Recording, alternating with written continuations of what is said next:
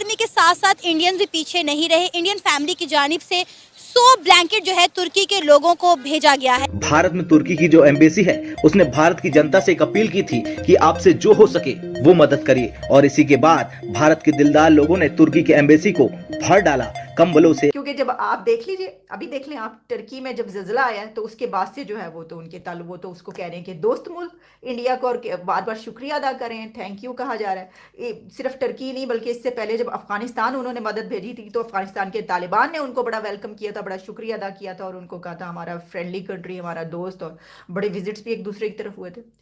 तो ये वो कंट्रीज हैं। ये जो बात की जा रही है ना, एक तरीके से देखिए, ये लगाने की बात ना कि ये लुक देखो, जो तुम्हारे करीबी थे वो अब हमारे करीबी हैं। पाकिस्तान की हुकूमत तुर्की के लोगों की कोई माली मदद नहीं कर सकती, तो कम से कम पाकिस्तान की आवाम को तो तुर्की के लिए मदद भेजनी चाहिए, उनको डोनेशन भेजना चाहिए।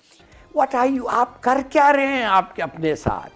कोशिश ये की जा रही है कि किसी तरीके से पाकिस्तान अनाउंस कर दे डिफॉल्ट का। अच्छा, पहली बात तो ये है कि हम डिफॉल्ट में आ गए हैं। इंडियन आर्मी वहाँ पर लीड कर रही है, हर तरह से उन्हें फैसिलिटेट करने के लिए वहाँ पर फील्ड हॉस्पिटल भी बनाए गए हैं। इंडियन आर्मी की तो जद्दोजहद, उनकी मेहनत, उनकी काविशें एक तरफ, लेकिन इंडिया के जो लोग हैं उन्होंने 100+ ब्लैंकेट्स जो हैं वो तुर्की में भेजे हैं ताकि वहाँ के लोगों की मदद की जाए। इंडिया जो है वो अपना प्यार भेज रहा है तुर्की के लोगों को, क्या कहेंगी आप?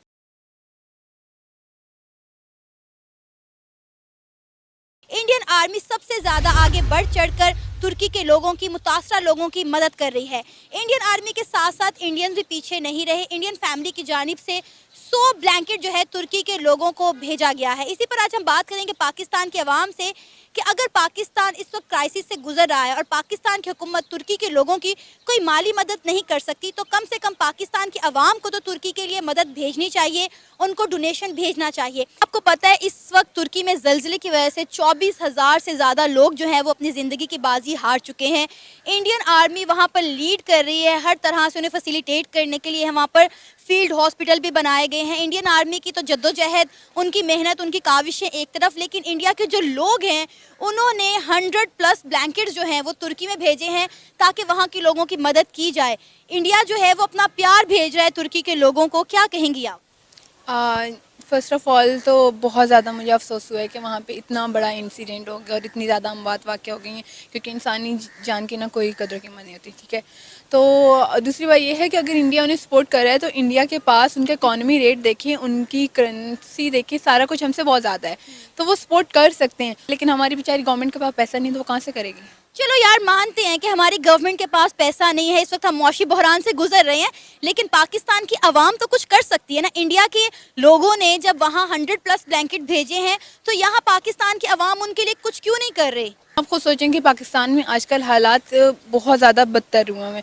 इवन एक बेचारा जो इंसान है, आम इंसान, उसके पास पेट्रोल के भी पैसे नहीं होते हैं, लेकिन जितना कितना हो रहा है तो मुझे लगता है पाकिस्तानी आवाम कर रही है। और पाकिस्तानी आवाम को तो ज़्यादा दुख होगा क्योंकि वो एक मुस्लिम ममालिक है, और लाजमी सी बात है जब मुसलमान कंट्री पे ऐसा कोई हादसा पेश आता है तो एक दूसरी मुसलमान कंट्री को बहुत ज़्यादा अफसोस होता है। तो मेरे ख्याल में तो अभी तक काफ़ी ज़्यादा हेल्प कर रहे हैं ये लोग। तो अब मीडिया हमारा नहीं दिखा रहा या कुछ कर नहीं रहा तो ये अलग बात है। आपको पता है जब पाकिस्तान में सैलाब आया था तो पंजाब में, मुख्तलिफ पाकिस्तान के और सूबों में जगह जगह कैंप्स लग गए थे ताकि फ्लड से बचने वाले लोगों की कुछ इमदाद की जाए। लेकिन जब तुर्की पर इतना बुरा वक्त आया है तब हमें यहाँ पर रोड्स पे डोनेशन लेता हुआ कोई क्यों नहीं दिखाई दे रहा? यहाँ हमें डिफरेंट मार्केट्स में जो है वो कैंप्स क्यों दिखाई नहीं दे रहे? ये बिल्कुल सही पॉइंट उठाया आपने, और मैं चाहती हूँ कि सब लोग ऐसे करें, उनके लिए डोनेशंस जमा करें। इसलिए हम इस तरह से भी काफ़ी ज़्यादा डोनेशंस जमा कर सकते हैं, क्योंकि वहाँ पे I think 7 districts I think पूरे तबाह हो गए हुए हैं। तो हमारी थोड़ी सी डोनेशंस भी उनके लिए बहुत ज़्यादा बड़ी साबित होंगी। तो अगर आप अपने चैनल के थ्रू आप अपनी आवाज़ उठा सकती हैं और बाकी लोगों को भी उठानी चाहिए, तो मेरे ख्याल में इनके लिए डोनेशंस के लिए कैंप वगैरह लगाने चाहिए और जितनी हो सके हमें उनकी मदद करनी चाहिए। आपको पता है कि जब जब पाकिस्तान पर बुरा वक्त आया है तुर्की सबसे पहले पाकिस्तान के साथ आकर खड़ा हुआ है, लेकिन अब जब तुर्की को हमारी ज़रूरत है तो ना तो हमारे हुक्मरान कुछ कर पा रहे हैं, ना ही हमारी आवाम उनके लिए कुछ कर पा रही है। आवाम तो कर रही है कुछ, लेकिन मुझे बहुत अफसोस के साथ कहना पड़ रहा है जो हमारी सिटिंग जो रीसेंट हमारी गवर्नमेंट है वो बिल्कुल कुछ बोल ही नहीं रही है, इतना ज़्यादा खामोश है वो। अब वो बेचारे क्या बोलें, वो तो खुद पाकिस्तान को खा गए हैं। अब उनके पास तो पैसा है, वो तो डोनेट कर सकते हैं, लेकिन अब वो नहीं कर रहे। मैं खुद बहुत ज़्यादा हैरत का शिकार हूँ इसमें कि हमारी गवर्नमेंट क्यों नहीं बोल रही है।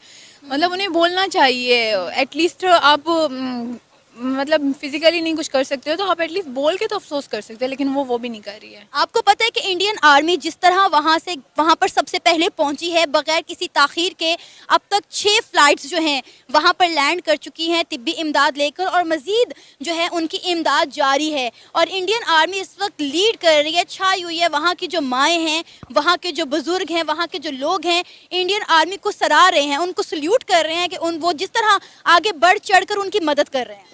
माशाल्लाह से जो हमारी आर्मी उन्हें पॉलिटिक्स में घुसने का शौक इतना है, वो पॉलिटिक्स में घुसी है, वो कहाँ किसी और की मदद कर पाएगी। 170 अरब रुपए के मिनी बजट की बात की जा रही है। आईएमएफ से मुआहदा हुआ है नहीं हुआ इस हवाले से कुछ नहीं कहा जा रहा, लेकिन जनाब क्या पाकिस्तान वाकई में डिफॉल्ट की तरफ बढ़ रहा है या ऑफिशियली नहीं तो प्रैक्टिकली डिफॉल्ट हो गया है? जफर हिलाली साहब हमारे साथ मौजूद हैं, जरा उनसे जरा मजीद बात करेंगे। जफर साहब ये बताइएगा, जो इस वक्त सूरत हाल चल रही है, आने वाला वक्त है, 170 अरब के जो टैक्सेस लगाए जा रहे हैं, हम प्रैक्टिकली ये माने कि हम डिफॉल्ट की तरफ बढ़ रहे हैं, आ गए, करीब हैं, श्रीलंका की सूरत हाल बनने जा रहे हैं? क्या कहेंगे सर, आने वाले वक्त में क्या होने जा रहा है?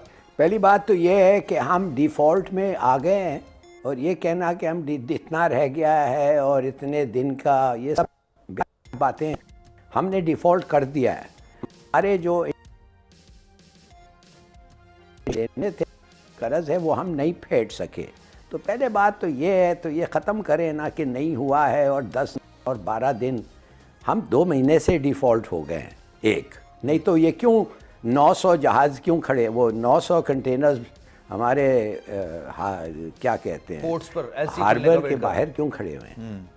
एक दूसरी बात ये है, हाँ एग्जैक्टली, तो नहीं खुल रहे हैं ना, इसका मतलब क्या? इसका मतलब ये है कि हम पैसे नहीं है ना?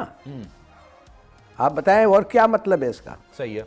अच्छा, लेकिन सर ये बात आपकी बिल्कुल दुरुस्त है, लेकिन इसका बराह रास्त पाकिस्तानी आवाम पर पड़ रहा है, और ऑब्वियसली डॉलर है, कंट्रोल होने का नाम नहीं ले रहा। प्रैक्टिकली चीजें अब बहुत ज्यादा इम्पॉसिबल की तरफ जा रही हैं। एक इंसान के लिए अपना घर चलाना,